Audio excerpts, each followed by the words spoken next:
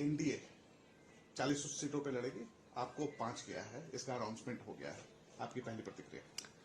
ये सबसे पहले मैं हमारे प्रधानमंत्री और हमारे गठबंधन के नेता आदरणीय प्रधानमंत्री श्री नरेंद्र मोदी जी का हृदय से आभार प्रकट करता हूं। जिस तरीके से उन्होंने हमारी पार्टी के मान सम्मान को बरकरार रखा, जिस तरीके से हमारी पार्टी की उन्होंने चिंता की, मैं उनको विशेष तौर पर धन्यवाद देता हूं। हमारे गठबंधन के अहम सहयोगी जनता दल यूनाइटेड और हमारे मुख्यमंत्री नीतीश कुमार जी, इस गठबंधन में मौजूद हमारे तमाम साथी उपेंद्र कुशवाहा जी, आदरणीय मांझी जी, तमाम साथियों का मैं आभार प्रकट करता हूं कि उन्होंने जिस तरीके से इस गठबंधन को मजबूती देने के लिए इतनी सहजता से सीटों का बंटवारा किया। यकीनन जब कोई बड़ा गठबंधन बनता है तो हर दल को छोटे मोटे कॉम्प्रोमाइजेस करने पड़ते हैं, थोड़ी बहुत कुर्बानियां हर किसी को देनी पड़ती है। और मुझे लगता है कि एक बड़े जो लक्ष्य हमारे प्रधानमंत्री जी ने हम तमाम एनडीए के साथियों के लिए तय किया है 400 प्लस सीटों के साथ जीतने का, उसके लिए मुझे लगता है हर दल ने बहुत सहजता से, मुझे भी अपनी एक सीट कम करनी पड़ी, वो भी हम लोगों ने बहुत सहजता से की। जनता दल यूनाइटेड ने भी अपनी एक सीट कम की। मांझी जी हों, उपेंद्र जी हों, हर किसी ने उनसे जिनसे जो बन पड़ा उन्होंने इस गठबंधन को मजबूती देने के लिए। और भारतीय जनता पार्टी का मैं जिक्र करूं तो उन्होंने तो 2019 से ही कुर्बानी दी है। उस वक्त सिटिंग उन्होंने अपने 5 सांसद हटाकर इस गठबंधन को उस वक्त 2019 में एक मजबूत स्वरूप दिया था। और आज उससे ज्यादा मजबूत स्वरूप, उस वक्त जो साथी हम लोग के साथ नहीं थे, आज वो भी हमारे साथ इस गठबंधन में मौजूद हैं। और अब इस नए गठबंधन के स्वरूप के साथ हम लोग का विश्वास और ज्यादा पुख्ता होता है कि जो लक्ष्य प्रधानमंत्री जी ने दिया है उसको तो हम पूरा करेंगे ही, पर एक हल्की सी चूक जो 2019 में रह गई थी, एक सीट से जो हम लोग रह गए थे, इस बार 40 की 40 सीटें जीतकर प्रधानमंत्री जी को प्रधानमंत्री पद पर बैठाने के लिए हम सब संकल्पित हैं। क्या अलायंस का धर्म निभाया गया? आप जो चाहते थे वो हुआ, एक सीट चलो आपने छोड़ी क्योंकि 400 का लक्ष्य आपको प्राप्त करना है, लेकिन वो 5 सीटें कौन सी होंगी?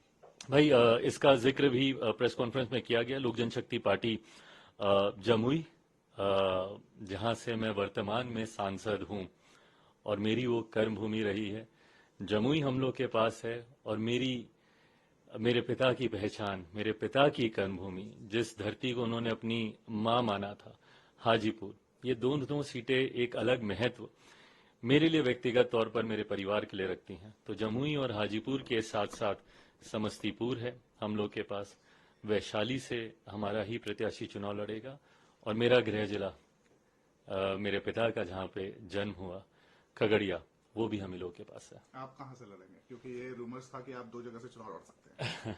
नहीं, मुझे लगता है पार्टी अंतिम फैसला इस पर लेगी, पर मुझे नहीं लगता कि 2 जगह से चुनाव लड़ने का मौका मुझे पार्टी देगी। पर इस पे अंतिम फैसला पार्टी ही लेगी। बट पार्टी के द्वारा जो मुझे जानकारी मिल रही है, कहीं ना कहीं हाजीपुर से मैं चुनाव लड़ूंगा। ये 5 सीट्स हैं और जो घर की जो लड़ाई थी वो भी सामने दिखी इस बंटवारे से पहले। अब कैसे आप अपने चचा को मनाएंगे या फिर परिवार में शांति होगी? भाई मैंने बार बार इस बात को कहा है, परिवार के बड़े वो हैं, उन्हीं को ये फैसला लेना है। मेरे पिता के जाने के बाद परिवार के मुखिया की भूमिका में वही थे, मेरे पिता के स्थान पर वही थे। जिस तरीके से विपरीत परिस्थितियों में भी मेरे पिता ने, ऐसा नहीं है कि इससे पहले कभी परिवार पे संकट नहीं आया, इससे पहले कभी पार्टी में संकट नहीं आया, पर मेरे पिता ने इस बात को सुनिश्चित किया कि हर परिस्थिति में वो पार्टी को एकजुट रखें, परिवार को एकजुट रखें। पिता के जाने के बाद इसी भूमिका में मेरे चाचा जी थे, उनको इस जिम्मेदारी को निभाना था कि भले लाख विपरीत परिस्थितियां हों, लाख कठिनाइयां हों, पर उसके बावजूद पार्टी ना टूटने दें, परिवार ना टूटने दें। और वो पार्टी जिसको मेरे पिता ने खून पसीने से बनाया था, उस पार्टी का नाम, सिंबल आज भी फ्रीज है। कहीं ना कहीं इस बात का दुख पापा जहां पे भी होंगे उनको आज भी होता होगा कि जिस सिंबल को उन्होंने चुना था, जिस नाम को उन्होंने चुना था, वो आज भी वो फ्रीज है। इन परिस्थितियों में पार्टी और परिवार नहीं पहुंचता, ये जिम्मेदारी चाचा जी पर थी। पर बहरहाल गंगा में से काफी पानी अब बह चुका है, परिस्थितियां काफी बदल गई हैं। एक बात वो अक्सर कहते हैं, मैं मानता हूं कि हकीकत भी वही है, व्यक्ति नहीं समय बलवान होता है। और आज समय ने अपनी ताकत दिखाई, समय ने न्याय किया, और जस्टिस प्रिवेल किया। अब आपको नहीं लगता है कि अगर वो आपके खिलाफ खड़े हो जाएं तो आपके लिए प्रॉब्लम हो सकती है? भाई आने वाले दिनों में मैं हर चुनौती के लिए तैयार हूं, हर चुनौती के लिए मैं तैयार हूं। और ऐसा नहीं कि इससे पहले चुनौतियां नहीं आई हैं मेरे जीवन में। मैं पिछले 3 सालों से सिर्फ और सिर्फ चुनौतियों का ही सामना कर रहा हूं। तो ऐसे में अगर कोई और चुनौती भी मेरे सामने आती है तो उसका भी उतना ही डट के सामना करूंगा, क्योंकि ये विश्वास और पुख्ता हुआ है कि पापा का आशीर्वाद पूरी मजबूती से मेरे साथ है। भाई प्रिंस का क्या होगा? उसके लिए मेरी चिंताएं पहले भी थी, आज भी है। युवा है, नई शुरुआत थी उसकी। बट बहरहाल उसने अपने लिए कुछ फैसले किए हैं। मुझे लगता है उन फैसलों के साथ अब उसी को ही जीना है। इस 5 सीट में उनको जगह मिलेगी? जैसा मैंने कहा कि ये मेरी पार्टी एक अलग संघर्ष के दौर से निकली है। तमाम फैसले पार्टी के वो लोग लेंगे जिन्होंने पार्टी के बुरे दिनों में, पार्टी के कठिन समय में पार्टी के साथ जो दिन रात बिना लड़खड़ाए, बिना डगमगाए, एक अलग ही विश्वास और अलग ही जोश के साथ। आज की तारीख में मुझे वो 5 जुलाई भी याद आती है 2021 की, जब मुझे नहीं पता था पार्टी और परिवार टूटने के बाद कि मैं बिहार की धरती पर कदम रखूंगा तो कोई एक व्यक्ति भी मुझे मिलेगा कि नहीं मिलेगा। क्योंकि मेरा सब कुछ, मेरा पार्टी ऑफिस, मेरा संगठन, मेरे तमाम सांसद सब मुझसे छीन लिए गए थे। तो मुझे नहीं पता था कि कोई एक भी व्यक्ति मुझे मिलेगा कि नहीं मिलेगा वहां पर। वहां से मैंने अपने संघर्ष की शुरुआत की और उसमें जो लोग मेरे साथ जुड़ते गए, आज की तारीख में वो लोग मेरी प्राथमिकता है। सामंजस्य कैसे बिठाएंगे, क्योंकि आपने खुलकर विरोध किया और अभी भी मुखर रहते हैं नीतीश कुमार को लेकर, और दूसरी सबसे बड़ी ज्यादा सीट उनको मिली है, तो जदयू के साथ सामंजस्य आप कैसे बिठाएंगे बिहार में? देखिए, मुझे नहीं लगता कि सामंजस्य बिठाने में तब कोई कठिनाई आती है जब आपके लक्ष्य निर्धारित होते हैं।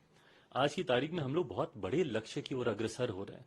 400 का लक्ष्य है एनडीए को जीतने का। 370 सीटें भारतीय जनता पार्टी ने अपने लिए रखी हैं, जीतनी है।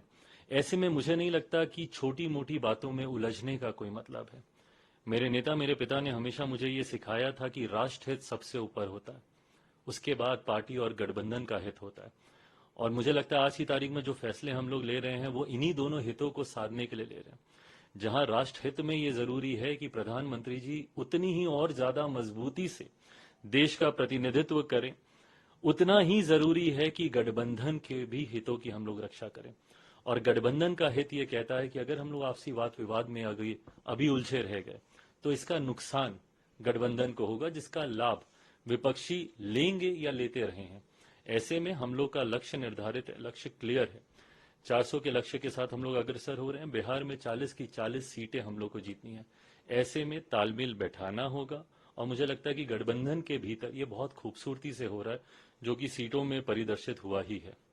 इश्यूज क्या हैं, एजेंडा क्या रहेंगे, और आपको क्यों इतना कॉन्फिडेंट है कि 40 सीट आप जीत कर आ रहे हैं बिहार से? क्योंकि आरजेडी, कांग्रेस और जो इंडिया अलायंस है वो भी अपनी सीटों का अनाउंसमेंट करने वाले हैं, तो इश्यूज क्या होंगे? प्रधानमंत्री जी के द्वारा किए गए पिछले 10 सालों के कार्य ये हमारे विश्वास को बढ़ाते हैं। और यही कारण है भाई, अभी तक हम लोगों ने सरकारें देखी हैं जो एंटी इनकम्बेंसी की शिकार होती हैं, बट ये एकमात्र ऐसी सरकार है जो कि प्रो कम्बेंसी पे चलती है।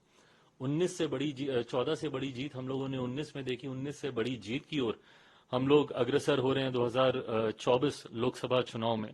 तो ऐसे में ये फासला, जब जीत का मार्जिन हम लोग का बड़ा है, उसका कारण प्रधानमंत्री जी के तमाम किए गए वायदे खरा उतरना।